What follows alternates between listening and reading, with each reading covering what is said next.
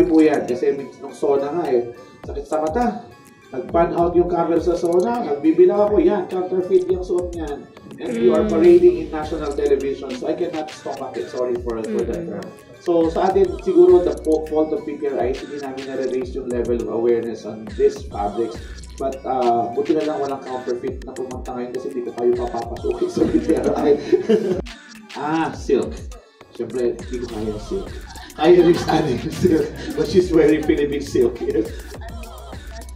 Natural. Yeah, for sure, mahogany. Particularly here in the textile industries.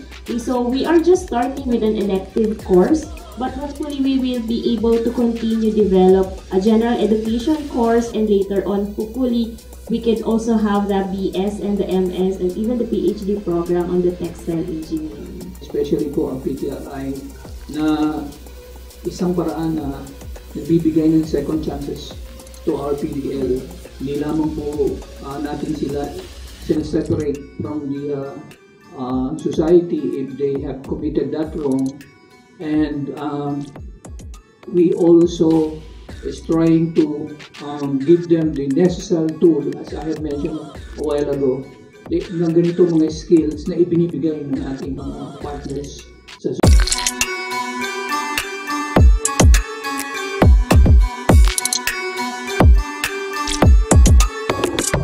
Happy morning! Muli ang inyong lingkod, Miss Horizon Chaser.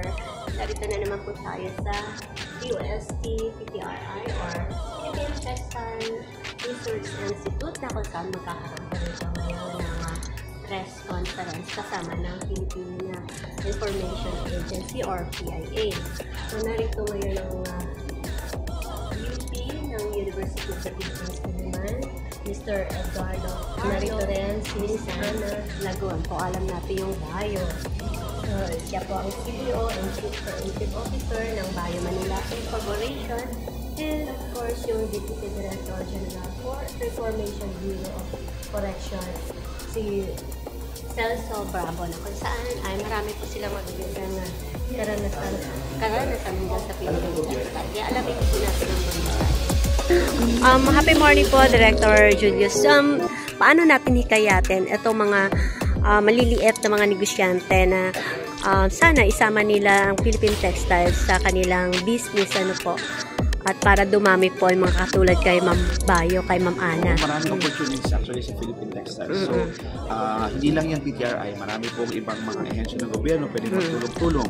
Ang Department of Trade Industry, marami po rin po ng mga programa. So, ang idea po natin is, if it's a science-based approach, especially po pagdating sa tela, sa handloom weaving, makipag-ugnayan po sa amin. At ang PTRI naman po at ang UST ay maganda rin naman ang ugnayan with the Department of Trade Industry para po yung buong puwersa ng gobyerno magkaroon po ng impact sa inyong mga ininanais na mga pangkabuhayan. And we would like to make sure na hindi lang po magsimula sa training, kundi habang nagpo-produce, habang meron tayong output, habang kailangan natin siyang i-show, the support and the enthusiasm of government will always be there. So, magkipag-ugnayan lang po kayo sa atin, and we would try to link you to proper channels, proper government agencies para po magkatotoo yung mga pinapangarap ng mga negosyo. Isa na lang po, Director. Napakarami na po mga tiyangge ngayon, ano po. Paano po natin yung mga LGUs na yon na kahit paano sa isang area o isang bayan, mga ilang nagtsatiyangge dyan na yun nga na sana Philippine Textiles nga po yung kanilang ibebenta. Kasi ang dami pong mga galing sa ibang bansa. Hindi nga maiwasan. Kasi marami rin po mga mura. Opo. So, mura pa rin naman minsan ang hinahanap. Pero bigyan natin ng pagkakataon. Especially po yung ating mga LGUs. Meron po kayong pagkakataon na magkaroon siguro ng a small area in your municipio, or maybe baka meron tayong isang specific na grupo na ang tinatahi siguro ay locally made.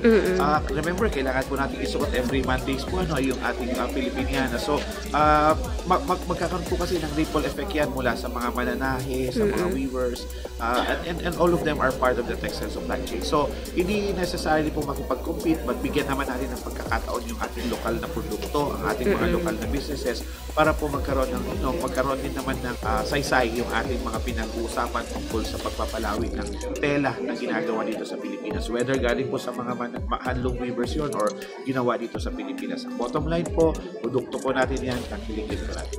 Alright. Sir, last, ano lang pong programa ngayon ang aasahan pa natin sa PTRI? Ay, marami pa po. Congratulations po muna. Sobrang tagumpay po talaga. At ang gaganda ng, ng mga programa po natin. Marami pa po. Actually, ang number 1 dyan, kung gusto nyo pong abangan ninyo is yung mananahi ng barangay program. Kasi Yun. gusto po natin magkaroon ngayon ng tugtong yung ating weavers at yung ating mga mananahi. So, abangan niyo po yun. Ilalabas pa natin yung mechanics. So, pag LGU po kayo, may mga mananahi po, mga nanay, sa mga inyong mga barangay, baka ito po yung formula na inaantay natin. And hopefully po, madugtungan natin din yung gap na dahil walang maisuot na Pilipiniana, pumupunta tayo sa online. Ngayon, baka kaya na yung ating mga mananahi ng barangay ang mag-supply yung hinahanap na Pilipiniana kahit na minsan man lang ng ating mga government employees. At magliligo ng wika, may itong ating mga anak, mga kailangan din ng Pilipiniana, baka po dugtong-dugtong. At dahil po dyan, magiging mas masigla po yung industriya ng pagtitela at pagdadamit sa Pilipinas. Thank you. Sa PTRI muna syempre po. Sa dami po, Director Julius, sa mga programang na-implementa po ninyo, saan po kayo nahirapan pag ibinaban na po ninyo? Dahil talagang yung goal natin is sana nga lahat tayo ay masuportahan na ng ating Philippine textiles. And ano po yung dapat nating gawin para po mas mabilis yung paglaganap dito? Bilis lang po yung sasabihin. Usually po pag government, ako nang sasabihin walang pera. Meron po. Ang problema po namin ay kaka-outfit po kami sa PTRI. At kung mabalikan ko lang po, lumiit kasi nga akala nila mamamatay na yung industry. So mula 200, ginawa kaming 89. So ngayon, bumabalik yung industry, and I think sa dami nang nakita nyo kanina, ilang kaluluwa lang ang nagtatrabaho doon. It's barely just less than 100 souls, and we are not even in the regions. So yun po, dun ang number 1 stumbling block. It's more organizational, hindi naman yan problema to begin with, but I think when we have more people, I think it's easier to get it moving, especially na may tao tayo sa localities as well. Also in terms of the political support, you could see policies coming out, so it's the best time to actually strike. Pero hopefully we strike it while it's at kung kumpleto at kaya ng ating current manpower. But rest assured, again, pinag-uusapan na rin yun because our regional presence is most important. At kailangan na talagang may PTRI on the ground dahil mahirap mag-work na nandito ka lang sa Maynila. And that whole philosophy of going to the community should not end as just a narrative. Kailangan maramdaman ka doon sa ground. That's why, pag pumunta kami hindi ko alam, nakatravel pala yung aming mga kasamahan because we really have to be there. As a matter of fact, yung isa namin kasamahan din nasa Caraga, giving a lecture on fibers and silk kasi ongoing yung regional SLT week ngayon sa Caraga. So ganun po ka-diverse and dynamic yung engagement, and sana matapatan nga ng ating current manpower. Follow-up questions na lang po, Director. Pagdating po sa mga LGUs po natin, meron po ba tayong dapat na mas idiin doon sa mga LGUs na tulungan sa inyo po para mapabilis? Kasi mamaya ang iba pala ay nahirapan naman talaga. And lalo na yung gusto mag-adapt.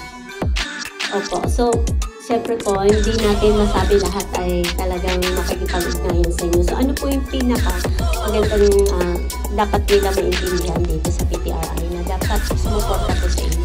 Unang-una po, napakababa ng investment requirement when we get into all of these technologies na pinag-usapan. The LGU is really a very strong partner on the ground.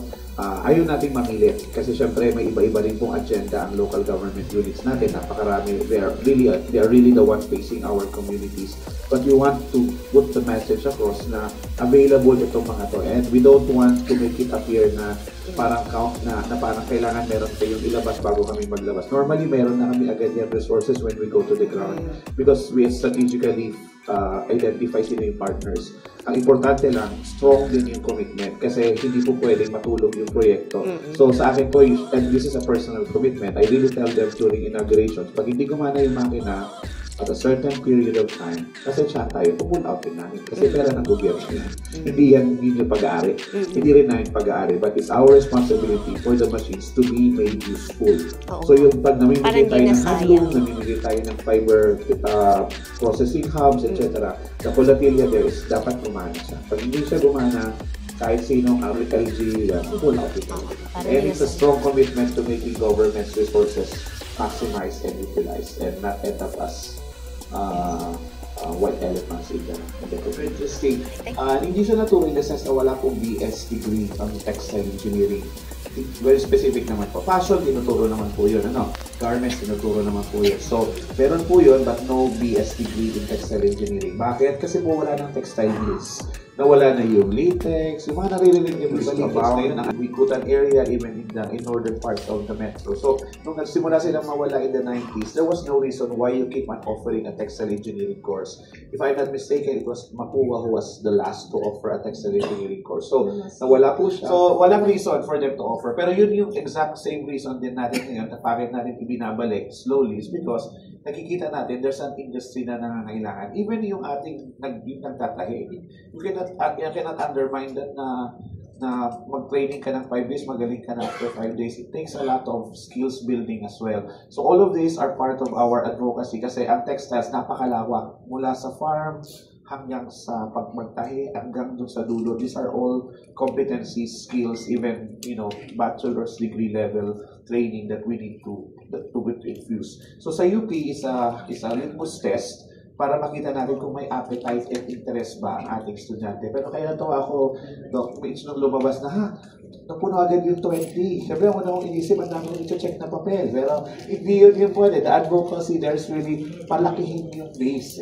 And I think it's a good one. Hindi pa pumapasok yung College of Home Economics na because remember, UP has a clothing technology program.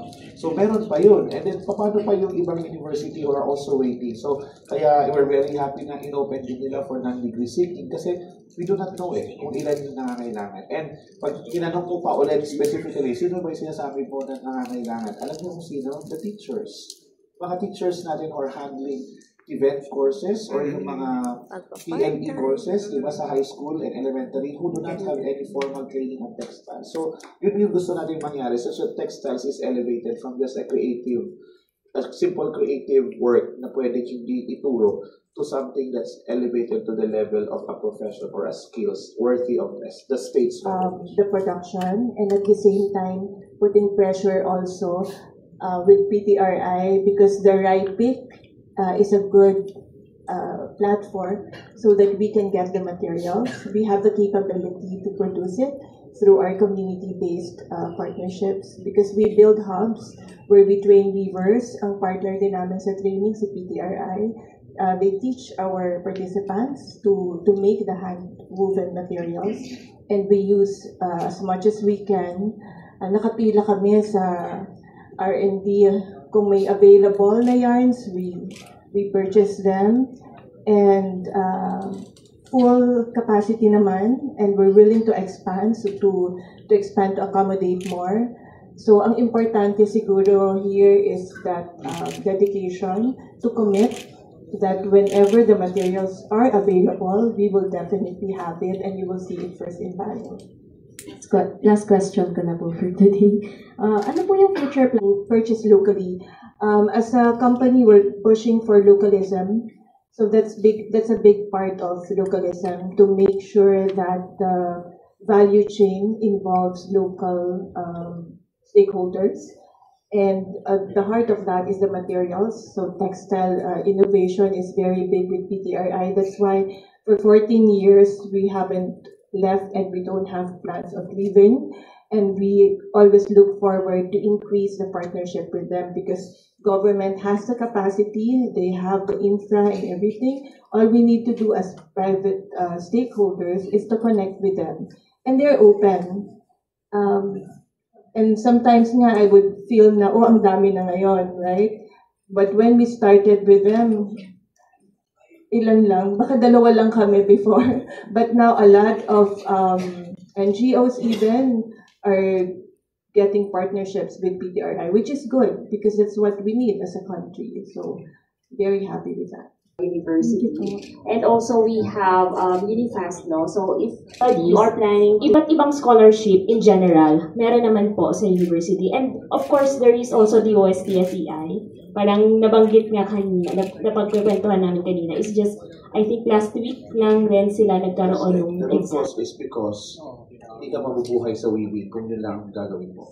That's why our advocacy goes well deep into the issue by making and putting premium into hand-woven products. Kasi pag hindi natin yan inangat yung value and quality and kanyang competitiveness in the market, it will not. The impact that it has given to the lives of the people, how weaving uplifted their lives. I think most importantly, it was appreciated. Kung makikita natin kung paano na-appreciate ng mga bata nung tinatanggap nila yung sash, merong akong nakita online, no, yung tingin ng bata dun sa sash, nakudan siya ng picture na talagang ina-appreciate niya. So imagine the knowledge she has from the use of the sablay, yung sash. Naisip niya siguro, ano ito, di ba? Dati makintab, polyester-based at printed. Ngayon, nakikita mong nagtitake time sila to see the details and the intricacy, and that's a way already to include the narrative of our heritage and tradition. Kasi binibigay po siya sa graduating students sa elementary, and I believe kasama ang high school. So, bata pa lang, meron na silang naiuwi as a source of pride. And what a way to represent the tradition of the Filipino, but to hand it over to the young generation. So, napakadaming symbolic gestures na mabibigay ng weaving. And it all boils down to that circular process. One leads to the other, but throughout the process, it benefits not just economically, but socially. In-introduce po yung hand-weaving sa CIW. So, doon naman po sa mga PDL, yung pong pag-receive nila ng ganitong skills ay very heartwarming at indeed, tutuwa po sila na nadagdagan yung kanilang kaalaman at ito po ay palagi nilang sinasagot sa amin na hindi lamang po, they're not just there to just do time, walang ginagawa, pero alam niyo po ang Bureau of Corrections ay marami pong reformation programs aside from the introduction of this hand-weaving skills. Pero ngayon po, dahil nga sa ganitong pag-i-introduce ng another skill para maging a sort of tool for them when they release from the CIW, ay tinatanggap po nila ng buong puso at sila po ay nagpapasalamat.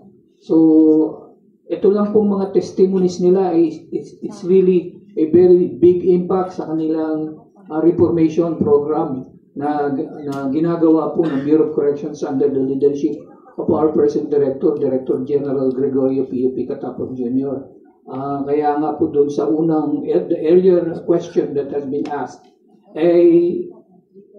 kung ano po ba, open po ang Bureau of Corrections sa lahat ng mga other stakeholders for our involvement. Ganito lang po, isa-summarize ko po. Yung malalaking diamond na those normally are power loom woven from somewhere else. Marami po yan kasi nung SONA nga sakit sa mata. Nag-pan out yung camera sa SONA, nagbibilang ako, yan, counterfeit yung suot niyan. And you are parading in national television, so I cannot stomach it. Sorry for that term. So sa atin, siguro the fault of PPRI is hindi namin na-raise yung level of awareness on these fabrics. But buti na lang walang counterfeit na pumunta ngayon kasi hindi ko kayo papapasukin sa PPRI. Because for us, it's not just a counterfeit fabric, it's really a travesty of the respect that the weavers of the Philippines deserve. So sa atin, yun po yung nawawala, yun yung na-erode. But we continue pushing. May mga materials po na lalabas sa website ngayon for you to know na yan pala ay abel at hindi pa yan, pala yan hablon. Kasi madali yung po yung ma-distinguish. But we have to continuously raise the awareness, continuously read, kasi makikita niyo naman po yun. Basta po pagmura yun, number one for sure, counterfeit yan. So wala pong telang na bibiling less than 100 pesos. Kaya pag less than 100 pesos po yan, malamang sa malamang, counterfeit po yung mga yan. And madali na po sila kasi ang sinusulat nila is modern ethnic. Hirap yun, di ba? Hindi mo pwedeng habulin yun. Pero may nahabol akong isa. Sabi niya kasi, ay, igorot po ito. Sabi ko, in the first place, wala pong igorot na tela. Tao po yun. So, yun pala, mali ka na, di ba? So, yun lang. There's a lot of cultural literacy that we need to push. Kung sa scientific community po, ang puro problema namin is scientific literacy. There's also such thing as cultural literacy. We do not know who we are as a people. That's why it's not just PTRI, maybe at the private sector, the universities, even the rest of the government and the private sector must move to a point na alam natin yung level and quality of what we really are capable to produce, what we really are or who we really are. And maybe we would be able to ground our fundamental respect of Filipino craftsmanship and Filipino creativity. It's an advocacy that goes beyond just the narratives and optics of it. It's really, lalo yung mga kasamahan ko who has been into the provinces, kung makita nyo lang how hard it is to produce a fabric. I do not even know if you have that guts to replicate it or to counterfeit it. But then, yun ang nangyayari. So, we must continuously fight against that one as well. So, if only na hindi ko i-allow na may tumabi sa akin na counterfeit na tela, makakatulong, gagawin ko po yun. So, kung minsan tinulak ko na kayo, bisa sabihin, bakit suot mo hindi karapat-dapat na pumapasok sa, sa inventaryo ng Philippine textile. But then again, as I said, let's continue to popular. Etong suot ko pala, before I forget this, woven by the Mangyan Weavers, Hanunoo Mangyan Weavers in Mindoro. So, hindi halata, di ba? Is counterfeit. I know Miss Alice more contemporary yan. Saan yan? Mindanao. Silk. Siyempre, hindi ko kaya silk. Kaya rin sa atin silk. But she's wearing Philippine silk. Yes. Natural. Yeah, for sure, mahogany. Yes. Okay. So, ganun ko pa specific. So, we continuously advocate and talk about all of these things because when we raise a level of awareness, then later on it will be a muscle memory for all of us. That once we see it, we'll also share the same indignation for mga technology, mga inhinyero at mga mananaliksik sa patuloy na pagtuklas ng mga bagong oportunidad sa pagtetela, sa paghahabi, sa pagdevelop ng ating kasanayan sa industriya ito.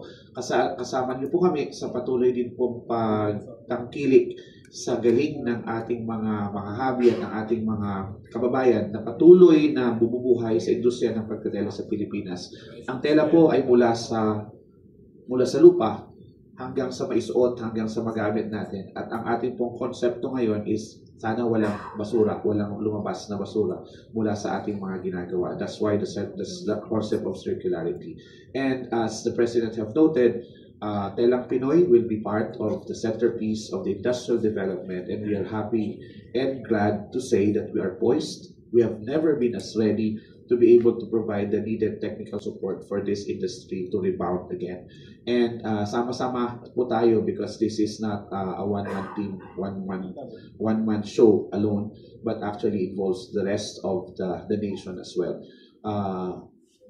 Siguro mas klaro po siguro we can try to make use of at least one piece of clothing that is authentically Filipino. Dahil isang yard na pong magamit natin, placemat man yan, table runner, even yung basahan. Malaki na po ang naitutulong yan sa mga pamilyang ang kabuhayan ay nakatuon o nakabase po sa mga produktong ito. Sa bayan, hawat panatag na bagong Pilipinas. On developing and innovating programs that will help the Philippines in various industry sectors in the Philippines, particularly here in the textile industries. Okay, so we are just starting with an elective course, but hopefully we will be able to continue develop a general education course, and later on, hopefully, we could also have the BS and the MS and even the PhD program on the textile engineering. Okay, so that's all we can share for now. So we're very excited and continually developing those programs with PTRI.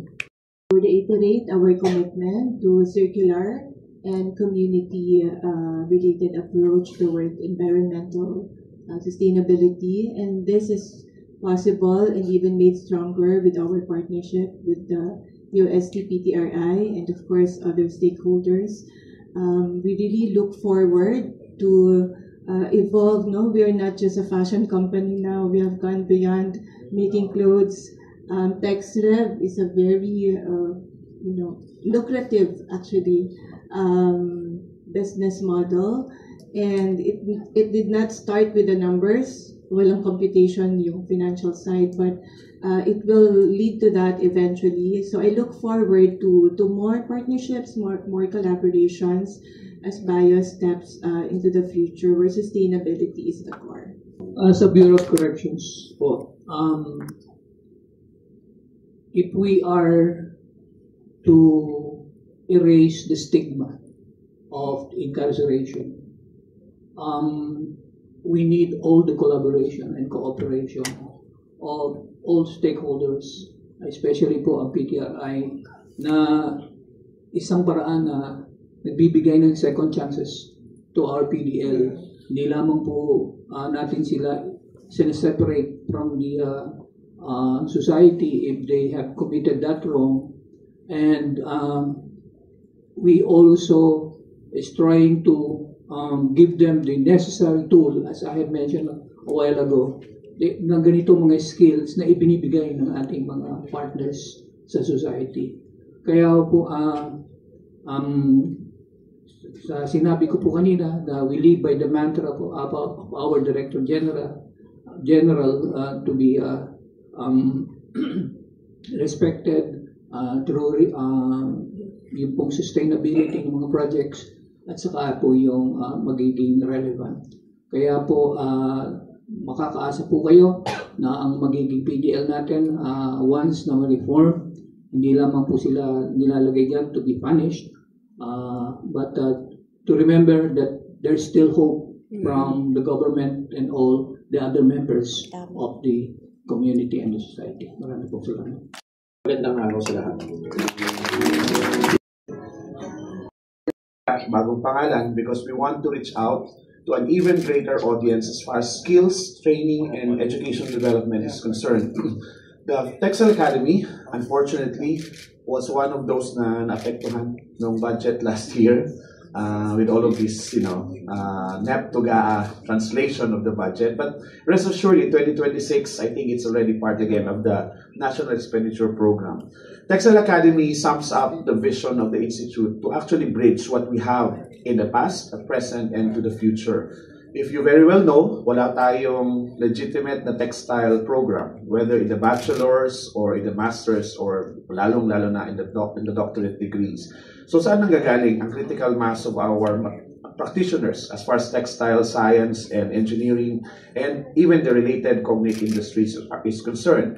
So, nagmumula po sila sa classical disciplines like mechanical engineering, chemical engineering, chemistry, material science. And it takes a lot of time to be able to hone expertise before we have our professionals perform the duties expected of them to propel the textile industry.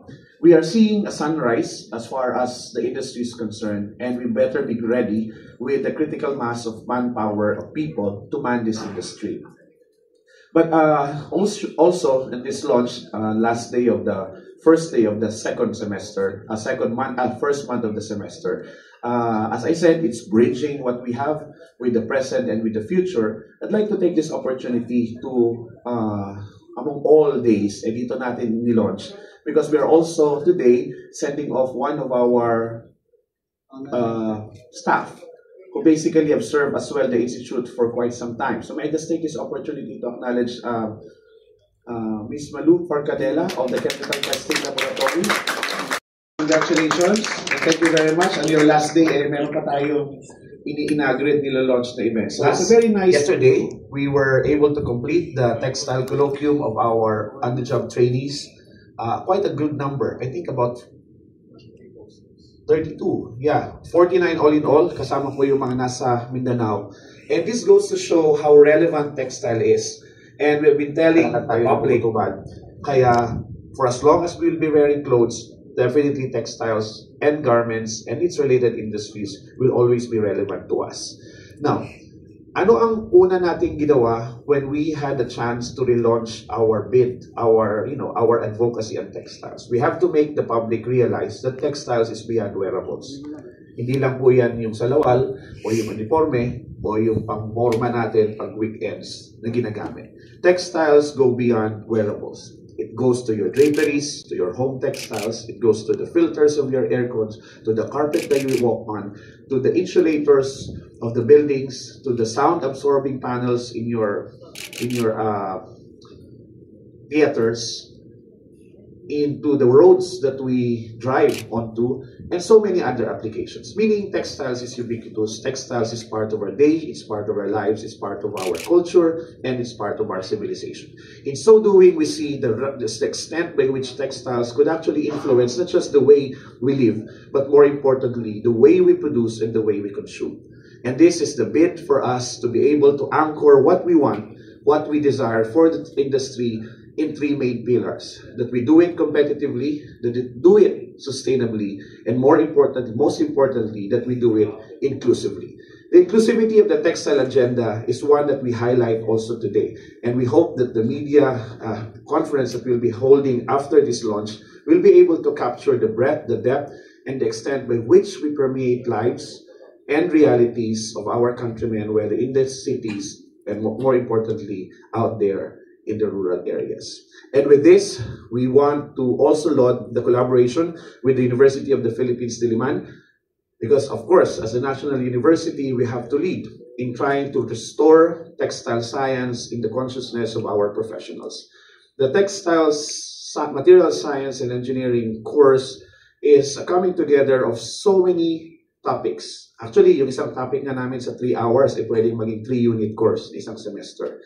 But we jam-packed it, condensed it in one meeting that gave rise to the extent of the syllabus of this program, which hopefully later, when we move to the temporary home of the Textile Academy, makikita ninyo ano yung lawak ng ating ituturo.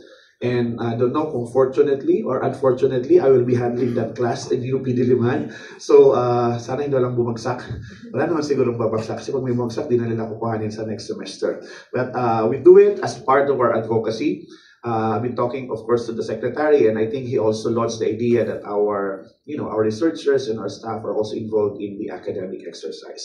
Rest assured that the Textile Academy, whether it has a building or whether the Textile Academy is a virtual coming together of programs, that remains to be dedicated to the growth, the welfare, the development of the new set of practitioners in the industry and those that will move the needle, so to speak, so that we come up with a critical mass of people that will man sunrise Philippine textile industry.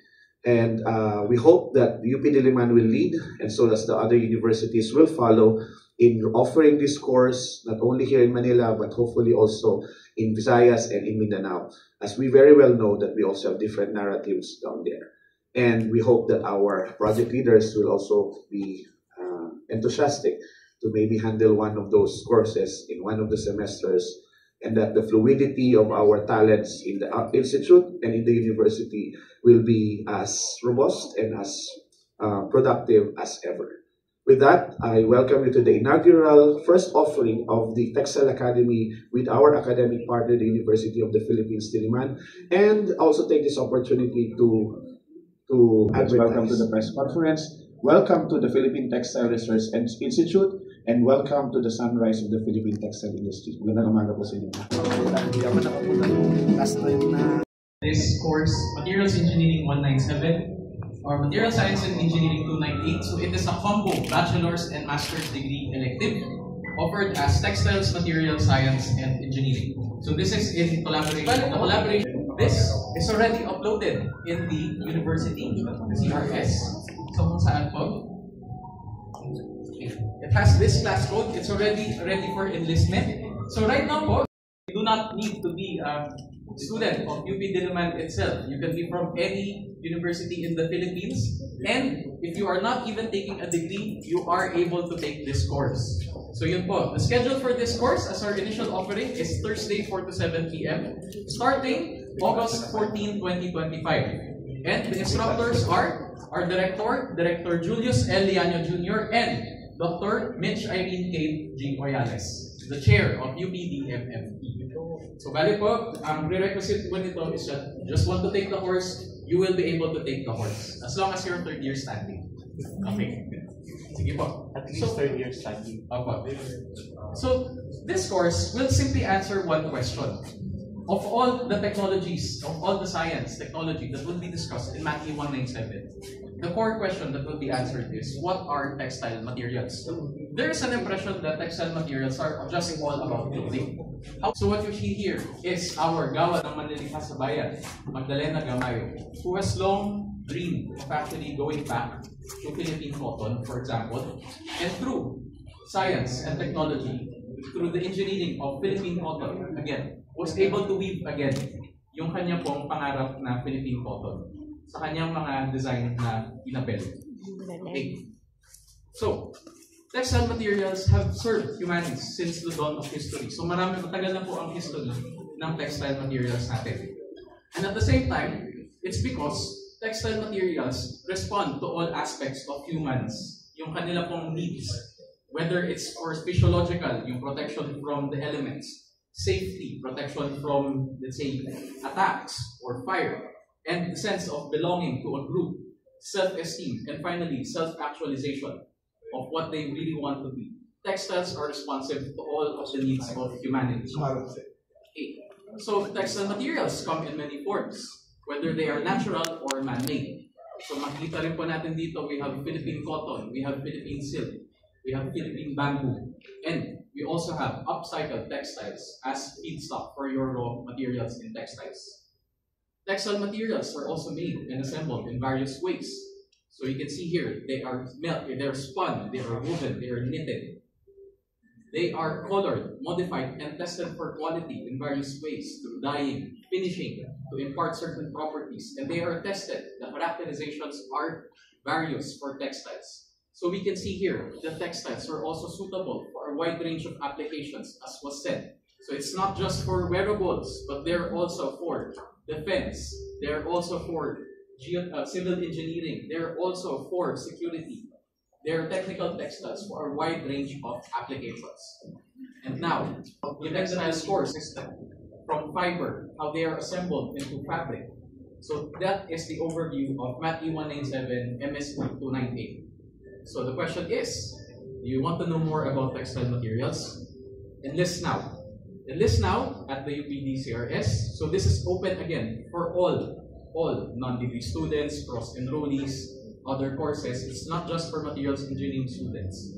It's open through the UPDCRS and cross-enrollment. And for inquiries, you may ask us at the DOST Philippine Textile Research Institute. Ito po ang ating mga contact details. And at the same time, you may also contact the Department of Mining, Metallurgical, and Materials Engineering through this contact detail. So yun lamang po. Maraming salamat po and Philippine Information Agency press conference with the Department of Science and Technology, Philippine Textile Research Institute. Today's press conference shall focus on the DOST PTRI initiatives, on various textile projects and collaborations, as well as other priority programs promoting local fabrics. To provide us with updates and insights, RI Director 4, Dr. Julius L. Liano Jr. From the University of the Philippines, Diliman, the Chair of the Department of Mining, Metallurgical, and Materials Engineering Department, Dr. Mitch Irene K. Oyales. We have with us the CEO and Chief Creative Officer of Bio Manila Incorporated, Ms. Ana R. Lagon, and Bureau of Corrections OIC Deputy Director General for Reformation, Chief Superintendent Celso S. Bravo. So at this point, Director Julius Liano Jr. for a brief discussion of the PTRI programs before we proceed to our press conference. Panatag ng Bagong Pilipinas. The Philippine Textile Research Institute po ay isa sa 7 na Research and Development Institute ng Department of Science and Technology. Nakatuon po ang aming mandato sa pag-aaral tungkol sa TEL 27. So we are also counting on our milestone. We are an ISO certified agency, and we have our laboratories which are 17025 as accredited as well. Ang aming pong goal is not just to centralize or to be able to do our activities in Manila or dito sa atin, because we are a national government agency, wala po tayong regional offices. But instead, move to the regions, and we are happy to note that we are already in 100% in the 18 regions of the Philippines, including the new Negros Island region, and 60% of the 86 provinces. Ang Metro Manila ginawa namin 4 na cluster. So ibig sabihin, we are 40% way to go, and we have the entire 2026 to be able to hit the 100% mark in getting through the provinces as well. So anong ibig sabihin pag nasa probinsya? Dapat may activity tayo doon. Dapat meron tayong training, meron tayong hub, o meron tayong engagement with the different provinces. As a matter of fact, ang isa sa mga yon ay ang ating Natural Fiber Innovation Hub. Dahil pag nakita niyo kanina, ang present yung ating course, ang pinagsisimulan ng tela ay hibla. And this year, we are working with Laguna University, Eastern Visayas State University, and Davao del Norte State College to be able to put up natural fiber innovation hubs. And makikita nyo sa mapa ng Pilipinas, as you can see, nakaka-distribute na sila strategically. Mamaya malalaman natin bakit sila dyan napunta.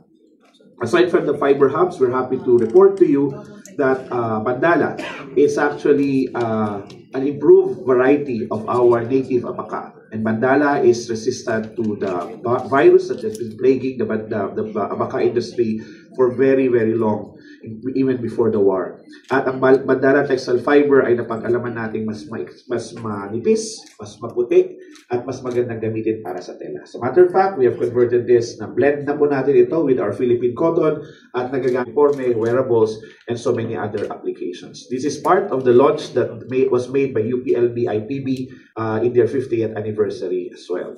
So aside sa Bandala, marami pa pong ibang fibers na paglalaanan natin ng pansin. Ang isa sa mga yon ay ang ating water hyacinth. Water hyacinth is a problem plant kasi ang water hyacinth po ay nakakaklag ng ating waterways. And we could see na kaya na natin kumuha ng hibla, kaya na rin natin gumawa ng sinulid mula sa water hyacinth. Another one is saluyot. Sa aming mga Ilocano, kinakain namin yung saluyot, pero pwede rin palang gamitin hibla yung mula sa tangkay. And we are working with our women communities in Mindoro para po maka-extract ng fiber mula sa saluyot. And as a matter of fact, meron na pong barong. Yung barong po na yan ay barong ko po yan. Dibdib ko yan. Kinuhanan ko to show that it is actually a wearable one. And saluyot is also being pushed aggressively this year. And the last is a collaboration with Bio and DTI on the development naman of Bakong. Bakong will be diverted or will be directed to a lot of applications aside from wearables, particularly for home textile applications. So aside sa tatlong hibla na to, we have been very happy and very lucky that we were able to launch our fibers made from kawayan. And this is part of our Bamboo Textiles PH program, which we again have located extensively and strategically across the Philippines. Ibig sabihin, kailangan mula sa tangkay sa puno ng kawayan ay makagawa tayo ng hibla. Hindi po ito katulad nung nakikita nyo sa SM na dinidissolve nila yung kawayan para makagawa ng hibla. Ito po is mula mismo sa puno ng kawayan, nagiging hibla. And the Bamboo Textiles PH was launched in a more sexy name, Kawayarn. This was launched in 2023, and we have worked across the different players in the creative industries para makita natin how extensive, how promising this material could be. And Kawayarn is the banner program by which we rally the different developments of the Bamboo Textiles PH. We're happy to note that this also won bronze. It won bronze at the Seoul International Invention Fair last year. So, congratulations as well dun sa ating mga researchers. Ngayon, meron tayong hibla ng susunod. Gawa tayo ng sinulid. So, we also have to locate regional yarn production and innovation centers strategically across the Philippines para yung ating mga localities will be able to make their own yarns. Ibig sabihin, hindi na maglalakbay yung fiber mula Mindanao papunta sa Maynila para lang maging sinulid. But instead, it can be done in the locations. The first was in Miagao, in Iloilo, serving the hablon weaving industry in Panay. The second is in Ilagan, Isabela, which will serve hopefully the northern provinces. The third will be in Cabacan, North Cotabato, which we will be launching very soon. And in November, we will be launching the Regional Yarn Production Center in Bintar, Ilocos Norte. And we're looking forward to another one, which hopefully will be launched in Calabarzon. So these are initiatives that support the development of materials for textiles. As a matter of fact, we have been rolling out already our yarns for handloom weaving para sa ating mga handloom weaving communities. Okay? So pag may sinulit, ano susunod? Kukulayan natin. And our natural dyes program has been in there for the longest time. Actually, ito po yung aking research when I was younger.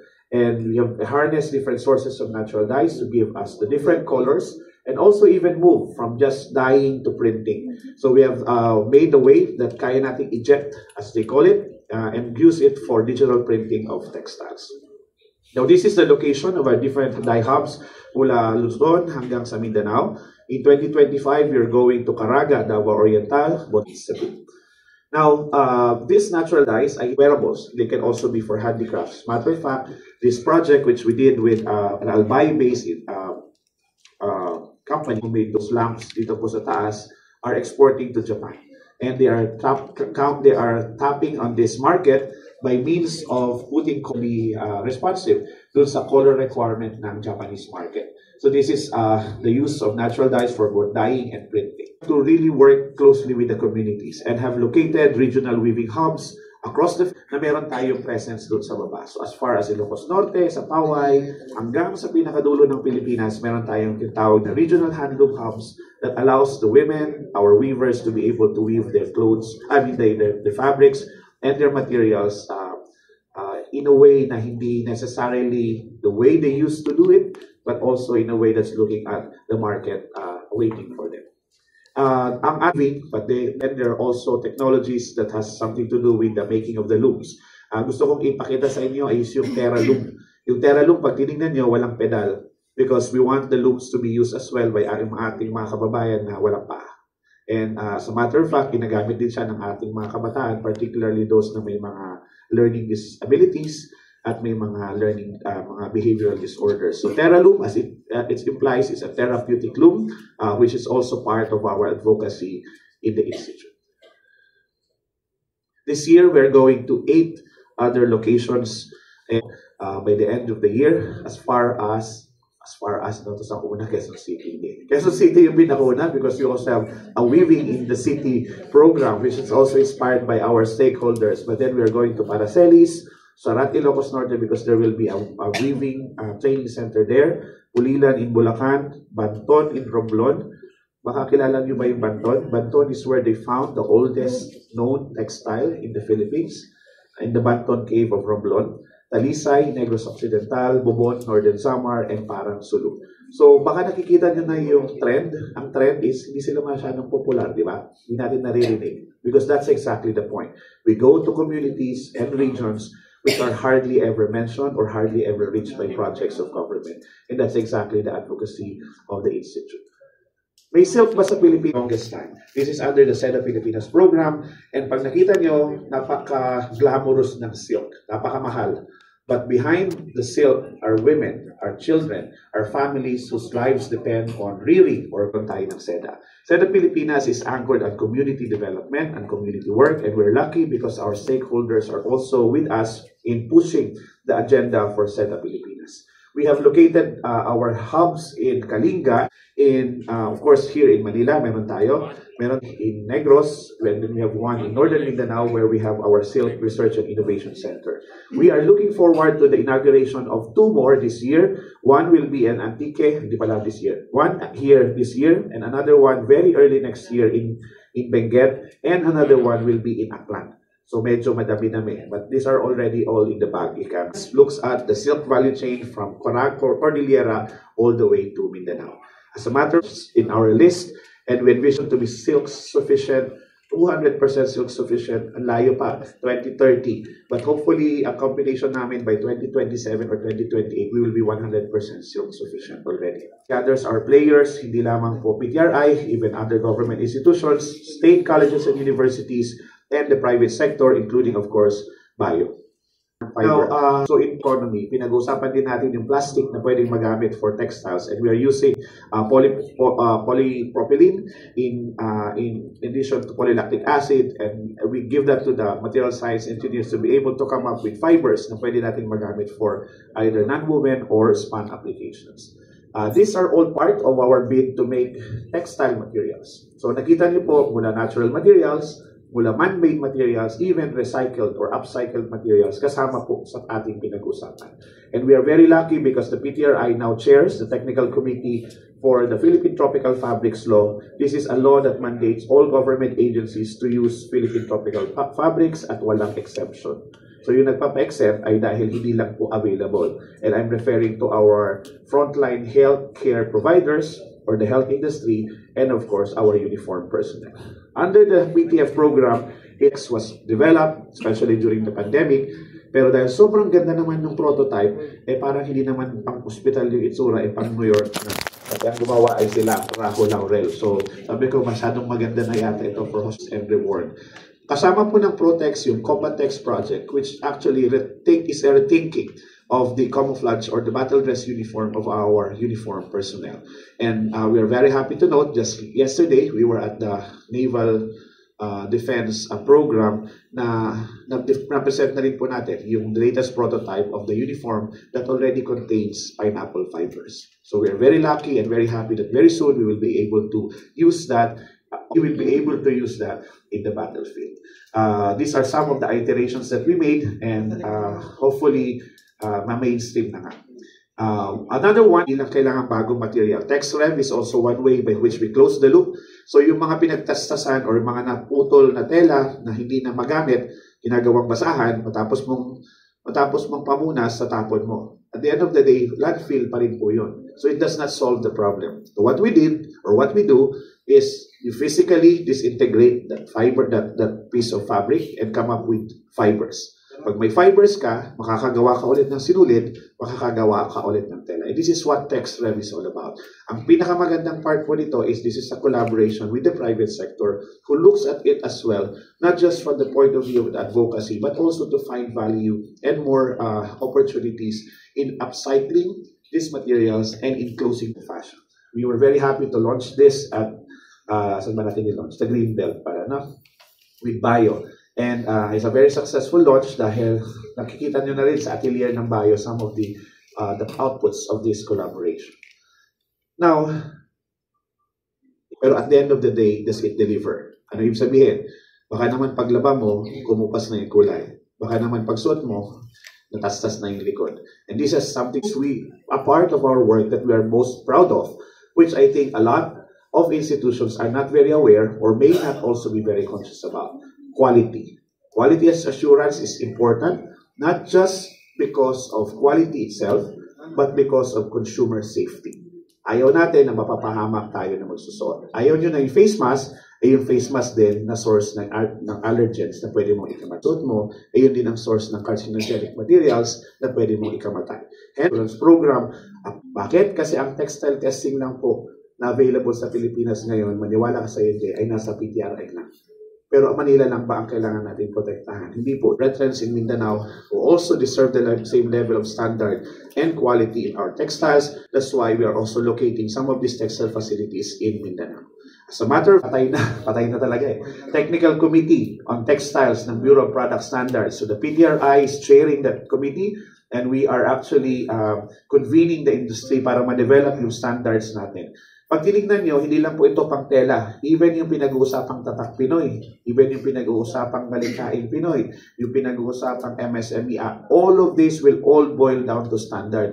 Kasi, pag tinanong, saan galing yan, paano mo sasabing galing sa Pilipinas if you do not have a way to certify? And that's exactly why we are pushing for this to move forward. Okay? Now, quality, fortunately is already very much there. That then, we also have to reach out to the vulnerable sectors, include women, children, indigenous communities, persons with disability, persons deprived of liberty. That's why we're very happy with our partnership with the Bureau of Corrections, kasi ito po yung isa sa mga aspect by which, sinasabi nga namin palagi sa PTRI, it really warms our hearts. Because as researchers, scientists, you can be cold in the laboratory. But when you finally see the people who benefits from the work that we do, medyo nakakagana po ng pakiramdam. And the Creatives program is one of those. We want to push textiles as an anchor for engagement and entrepreneurship. Hindi pwedeng science lang, pwedeng dapat kumita. So dapat kumita tayo dito. And engage our non-traditional partners, ika nga, the DSWD, DOLE, even the OWA, din sa mga bumabalik na, of course, the DOJ, particularly the Bureau of Corrections, and very soon the Parole Administration, because these are opportunities for them as well. Now, Textile Academy was just launched. Mag-sibo tayo dito because this is where we anchor our skills development advocacies and programs. All the logos that you can see in the lower right are schools that are offering textiles, garments, fashion, or other related fields. Pero ang problema natin ay hindi harmonize yung ating mga curriculum. And we are going into that para ma-make sure natin that the graduates will be up to par with the standards of that the industry so needs. Textile Academy is skills-based, it's based a program, and also has something to do with the advanced and continuing education of our professionals. So we have launched this, and thank you very much with our partnership with UP Diliman, kasi kahit papano na nagbasag na yung sumpa, ika nga, we are back in the university after maybe 20 or 30 years of textiles not being taught in the universities. We are making a call sa iba't ibang mga programs in different universities who want to use Philippine textiles for their apartment. Okay, you can play the video.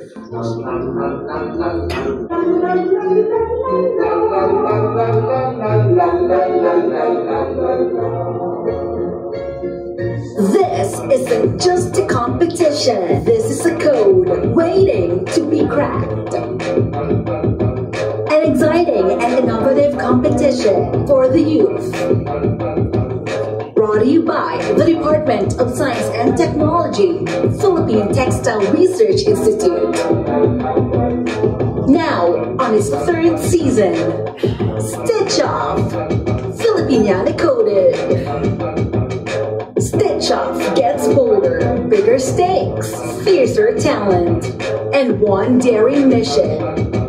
Reimagine the Filipiniana. From everyday wear to office lay to full-on couture. This isn't just fashion. It's identity reimagined. Coding the future of Filipino fashion with science, story, and textile innovation.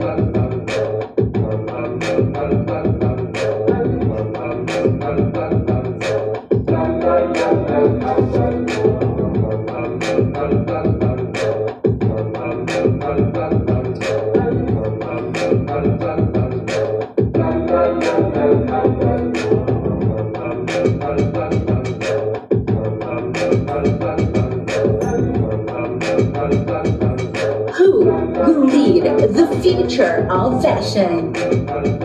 Register now. Stitch Off, Filipiniana Coded.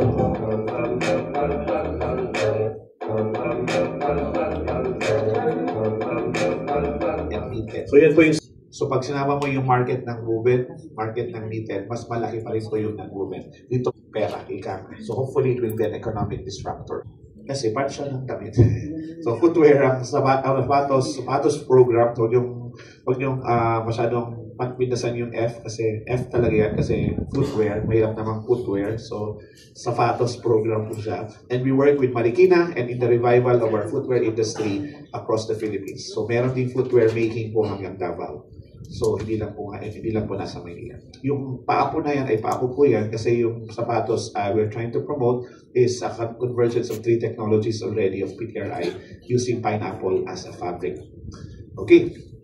Of course, sapatos being used for not only for fashion but also for health and medical applications. Accessories, also for furnitures. Kasama rin po yan, the ergonomics of furnitures, including the materials that we use for furnitures. Okay? Philippine Leather program. Bakit kasama ang leather bigla? Kasi ang leather, kapareho po ng tela. 80% of the properties of leather is similar to textiles. That's why leather is also annexed to us, simply because it's also used for accessories and for footwear as well. And ang maganda sa food yan, hindi kami gumagamit ng tanning agent that is harmful to the environment, but we use natural tanning agents. And this is a project this year. Sustainability is our sustainability program. Ang sustainability is not only environmental, it's also economic and social. And we're looking forward to the social equity and economic dimensions of sustainability na hindi lang kailangan environment. Okay, maraming programs din po under this one, kasama yung TexRev and the many engagement that we have with the private sector. Ito is a campaign na hopefully with this project this year, yung bata sa isang public school will learn about the environment and in taking care of the environment and in handling plastic dahil dadalhin niya yung pinag-inuman nila ng 1.5 na soft drinks sa bahay, sa school. Because once she reaches or he reaches a certain kilograms, yun ay equivalent sa pwede niyang ma-receive for free na uniforme niya next year. So it's a clever way of making and engaging our youth in knowing how to actually manage plastic. Pwede pa natin tanggalin ang plastic sa ating lifestyle? Hindi na po. So let's forget about that direction. What we need to do now is to manage it. Huwag nang dagdagan, malamang, pero at least manage what we already have produced. So yan po yung isa sa mga programa and we are looking at a very huge market. Another one is makadevelop ng colorant mula po dun sa mga nakita natin kanina mga tela na may kulay na. So huwag na natin problema yung mag-create ulit ng bagong pangkulay, baka yung mga telang to pwede lang pangkulay. Okay, smart fibers is being also pushed kasi maraming pwedeng gamitin pa yung mga fibers na abaka na natitira sa ating communities. Bigyan ko po yung example. Pag nag-extract tayo ng abaka, less than 25% lang yan ang lumalabas sa farm. 75% by weight na iiwan sa farm. Ang tanong, anong pagkagamitan? Wala. Mabubulok na lang siya doon. But it's a huge source of material as well. Diyan po papasok yung Smart Fibers program kasi pwede po natin bigyan ng value pa ulit yung mga materials. Okay? Okay, let's move. And the Philippine Textile Material Library will also be PTRI. It will be a separate launch. Inaayos lang namin yung inventory. Pero ang idea nito is pag pumunta kayo sa PTRI, lahat ng pwede nyo makitang tela or materials na pwedeng gamitin sa negosyo, makikita nyo through the Materials Library. And there will also be an online version of that library. It's under a bigger banner program, the Philippine Materials Innovation Convention, which is the Materials Pilipinas Advocacy of the DOST regional RDIs. Kasi lahat po ng mga research and development institutes ay may materials program. And gusto natin, mayroong inventory ng materials available for the industry. Kepa para sa suelas, all materials that are available could be accessed through that portal. Sizing is also being standard. May iba tayo ng sizes. Sunod-sundan lang natin yung US size, pero hindi naman tugma sa atin. So we're also doing this with the Philippine PSA. Okay, next. Digital printing is also being pushed. Digitalization, hindi ko na po i-discuss kasi mahaba po itong digitalization program. Ang gusto lang natin sabihin, na-launch kasi natin yung Philippine Handloom Weaving Center. Ang cornerstone po na yun is how to use digital technology para maprotektahan yung mga weavers natin. Hindi para ma-exploit sila, pero para maprotektahan. And maybe the open forum will be able to discuss further digitalization. Ito is, alam natin kung sino yung weaver, saan siya galing, anong skill set niya, ilang taon siya, anong loom ang gamit niya, anong design ang kaya niyang gawin. This is how accurate this mapping is. And bakit? Because we want to put not them in the map, but the other way around. We want to give them the rightful dignity that they have, they must have or enjoy as weavers and as artisans. Okay? So medyo meron din tayong artificial intelligence na for the testing of our fabrics. Textile conservation, kasi may mga textiles po tayo na sa ibang bansa, gusto natin silang pabalik sa Pilipinas, but that's already impossible. Pero kahit pa man lang yung tinatawag namin digital repatriation, magaya man lang, makuha man lang natin yung makaman lang natin ulit dito sa Pilipinas. This is also under textile, that program. We're also going to BARM. The BARM has a separate funds po kasi sa gobyerno, but we're going to BARM kasi ang tela naman, wala siyang boundaries. So we also are working with the different communities in the BARM, particularly in the island provinces of Sulu, Tawi-Tawi, and Basilan. This is the profile of what we want to do. Maybe later I'll discuss to you. It's an inclusive approach to getting the agenda on a national level ng gagawin sa probinsya, but instead, what the industry needs, what our stakeholder needs, must be the content of our agenda. So it's an inductive approach to all of these developments para po makita natin na may buy-in yung ating mga stakeholder. After all, pag walang magtatanim ng cotton, walang magtatanim ng abaka, wala kang gagawing tela sa Pilipinas. And we need them as part of the value chain. Okay? Our advocacies, nakikita niyo, is our fashion event. Okay? For Stitch Off convention every January, Textile Congress, you've seen it. Nakikita niyo yung Global Textile Congress sa baba. And we're very happy to also show that we have a textile diplomacy program with the Office of Cultural Diplomacy of the Department of Foreign Affairs. Okay? Linkages, all other stakeholders, even outside, show anyway. And communicating it globally. So we also go around to communicate it to the Filipino diaspora. Okay. And this one is a vision. It's a vision for the weavers, for our artists, our artisans, our players, such that there's a sanctuary of their creative geniuses here in the heart of the city. The Creative Textile Innovation Center champions the ingenuity of Filipino artisans. It gives them the ability to come together, to ideate together, and for that government's support and help is actually within their fingertips, literally. The Creative Textile Innovation Center will be an ode to the long-standing traditions and, of course, the long-standing partnership we have with the communities. At the center of the Creative Textile Innovation Center is not government, but the people who man the textile innovation ecosystem. This will be in front of the building of PTRI, hopefully. And of course, the Textile Product Development Center, which will be to the west side naman of the building. Very lofty ideas and plans, but this just sums up to you as we build up for our 60th event. Next year, we will be highlighting the stories, the narratives of the people who hopefully we have touched in the previous years. And in that pushes us to the last year of our 60th year and the first year of the many exciting years to come. Magandang umaga po at maraming salamat sa inyo. So, one of the people who literally grew parents are mananahi. So, yun yung naging kabuhayan na naging tulay para rin sa amin makapag-aral at makapagtapos. And moving forward initiatives through PTRI really warms my heart. And through my role in the university as academician and also as professor, ano pa ba talaga ang pwede nating gawin with textiles? Okay, so through education, we hope to open the minds and boost the industry again. Okay, so sa sobrang damit iba't ibang klase forward that we will those textiles will be known worldwide, will be known globally, having our culture embedded. Damat na naging patuloy akong nagiging bahagi ng textile industry through the efforts and collaborations with PTRI. Gandang umaga po ulit sa lahat. Now, we prepared a message. On behalf of our Director General, General Gregorio PUP Katapang Jr., the Bureau of Corrections is honored to express appreciation on the inspiring and life-changing work that the Philippine Textile Research Institute has been undertaking. Alam niyo, sir, when I was invited to Deputy Director General for Reformation, nakita ko talaga doon kung paano tinuturuan ng ating mga taga-PTRI, yung ating mga CIW PDL, Persons Deprived of Liberty. Sila po yung mga babae na nakakulong sa CIW in Mandaluyong. We have also PDL, CIW in Mindanao, in Davao, and also in Iwahig Prison and Penal Farm. So we are hoping also that this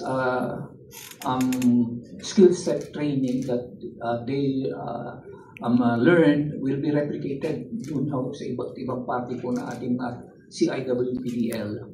And then last June 30, I personally witnessed yung pong event na yun, yung ceremonial turnover by PTRI of these 5 units handloom weaving machines and the 3 units of warping frames and bobine Bobin Winders, 2D Correctional Institute for Women in Mandaluyong City. Those same units were what the PDLs or persons deprived of liberty used in their training, which was also organized, arranged, and funded by the PTRI. So we are very thankful sa PTRI.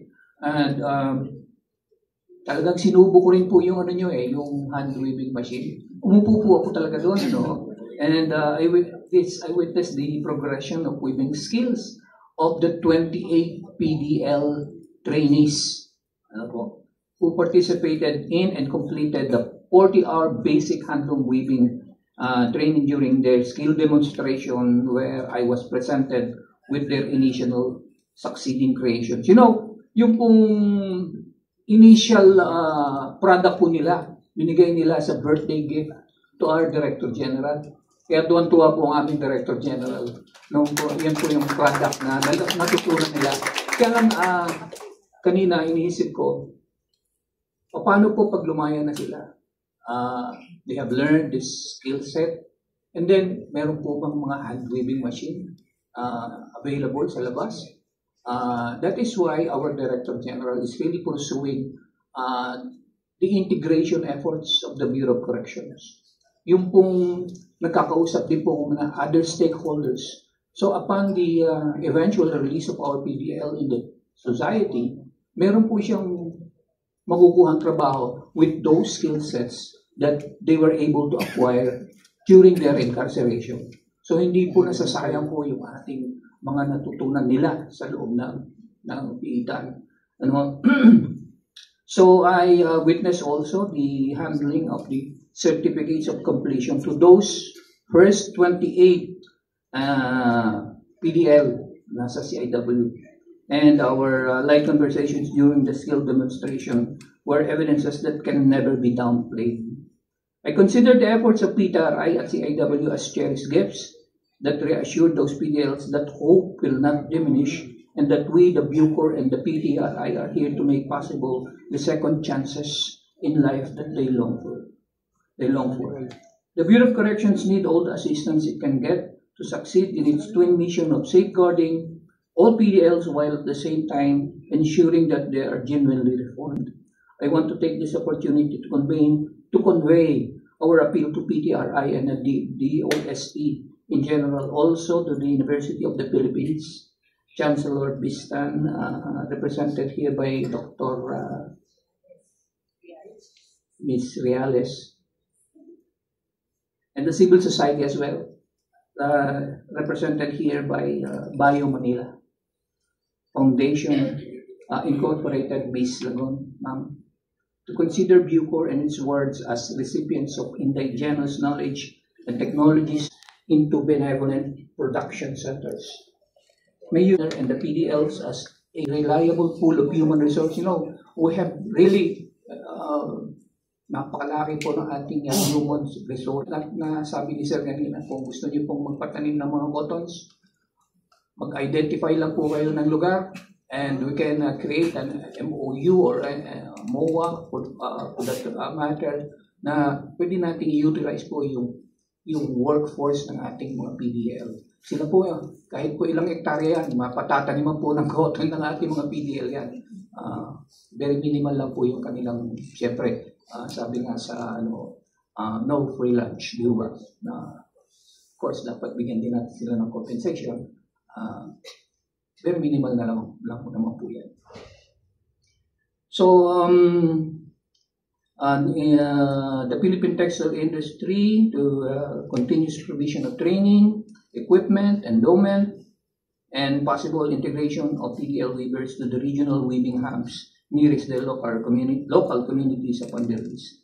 Let us, through your ardent support, be enablers that will sustain in them the unquenchable flames of hope for a better future, not only for themselves and families, but also for our nation. That same hope will fuel their desire for reformation and eventual transformation into empathic, productive, and good neighbors. Once again, let me convey the Bureau of Corrections' deep gratitude and appreciation of the efforts and attention that PTRI has supported the Correctional Institution for Women as an institution, and the opportunity that you have opened up to the first 28 of its words. The Bureau of Corrections look forward to more meaningful collaborations in the future that PTRI and the OST may progressively extend to all the other regional facilities of the Bucor. Hindi naman po iba na sa akin ang PTRI. Dati po kasi akong trainee ng Metals Industry Research and Development Center. Kapitbahay lang po tayo. Nagkaroon lang po ng ibang calling, so I ended up in the Bureau of Corrections. Kaya po, anong una ho, kasi tingin ko yung segue lang ng konti. Kala ko noon yung hand-weaving skills is already a dying industry. So, excuse me for my ignorance, na gano'n na po talaga pala kalaki ang contribution nito, lalong-lalo na sa likod nito ay ang PTRI natin, ang Philippine Textile Research Institute. Kaya maraming po salamat sa PTRI, ZOST, sa UP, and other private stakeholders. Thank you for the Bureau of Corrections. Pinaabot po ng aming butihing Director General Gregorio P.O.P. Katapang Jr. Maraming po salamat. For many years, I've seen the heart yatang makakatapat sa bank of, the brains, kung saan nanggagaling the vision behind. Talagang nakita ko yung kung saan nagsimula. Yes, it was a dying industry. During that time, talagang hindi namin alam kung may future ba. But it takes a lot of heart, passion, dedication that summed up all of those presented this morning. So I'm really very proud that we stuck with you, and naiyak ako. And I'm really proud to get to know the people who have been here. May mga poste, dapat yan may mga pangalan na yung mga poste dito. And of course, Director Julius, your leadership is really amazing. I have no better words, but you know in my heart that I really salute your leadership. And so to mention also some of our projects, we started with the smaller ones, yung iba based on our experience with our communities. For sustainability, bio, and of course our leadership between me and my husband as co-CEOs, we've really committed ourselves with the company for sustainability, and yung aming innovation has started deeply from the roots of it all, no? Galing sa tanim hanggang sa sinulit, at ngayon we're into recycling. We've realized how far we've gone, but how deeply also we've caused some problems. Marami pong pollution ang binibigay ng fashion industry, and guilty as charged, but with the partnership with PTRI, we're able to provide solutions with the problems that have gone through many years. Mahigit 30 years na po ako sa industriya, matanda na po, at least natuto kung paano isolve yung mga problema na, many years ago, we didn't even realize that there were a lot of problems, no? Yung pollution, yung waste that is causing a lot of even health issues. No, marami siyang binibigay. But now our vision has been aligned with PTRI, and we look forward to the many solutions that we are working on together. And TexRev is a milestone project that I'm very proud to be part of. Bio has been doing that for a few years, and now we've really seen a lot of improvements, and looking forward to the partnership to really go deeper and solve some more problems. Titigil na po ako kasi baka marami pa tayong oras for the press con, but I just really want to express my gratitude to PTRI Director Julius and all of you, the team behind. Ang dami kong kausap, so i-generalize ko na lang sa lahat ng departments of PTRI. You know how passionate we are in bio, and thank you for your patience, for staying with us and really rallying with us. And I look forward to the partnerships. Who knows, UP, di ba? Baka meron tayong dyan, because we have material engineers also from UP working with us. And of course, sa Bureau of Corrections, meron na po tayong projects with the PDLs. And we will align it with PTRI para mas science-based tayo. Because science, at the end of the day, is really what keeps us going. Kasi may thesis at may credibility. So with that po, good morning. Maraming salamat. Thank you, CEO. Bigay natin yan.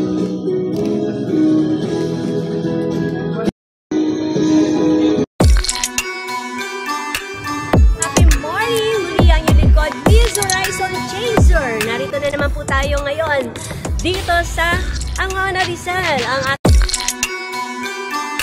Happy morning! Muli ang inyong lingkod, Miss Horizon Chaser. Narito po tayo ngayon sa Baras. At nakita kami ni Ma'am Narisa. Miss Horizon Chaser, mag-update po tayo dito sa Angono Tourism Office sa pangunguna ni Ma'am Tracy Pascual at napakasipag. Alam ko, punong-puno na po ng mga obra maestra po dito sa Angono Rizal Office ng Tourism. Alright, so tingnan po natin. Hi guys! Welcome to Angono Tourism Office, Pasalubong Center. Ayan, kung naghahanap po kayo ng mga pasalubong, mga tatak Angono items, punta lang po kayo dito sa Angono Tourism Office, Monday to Friday, 8 a.m. to 5 p.m. Tara, bili tayo!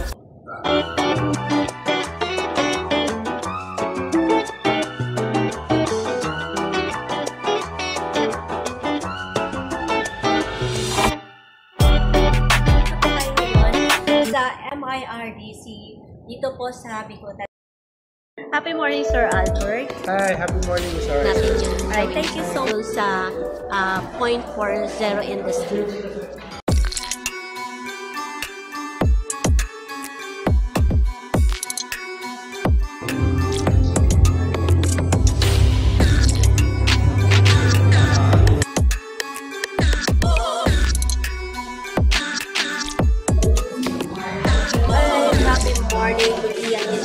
Miss Horizon Chaser. Live po tayo ngayon dito sa Rizal Park Hotel, Manila na dumagsang itong mga seafarers. Kaya makita mo napakadami at ito ay nanggagaling sa iba't ibang sulok ng ating bansa para tunghayan itong Day of the Seafarers ngayong araw na ito. Bakit seaman ang pinili ninyo?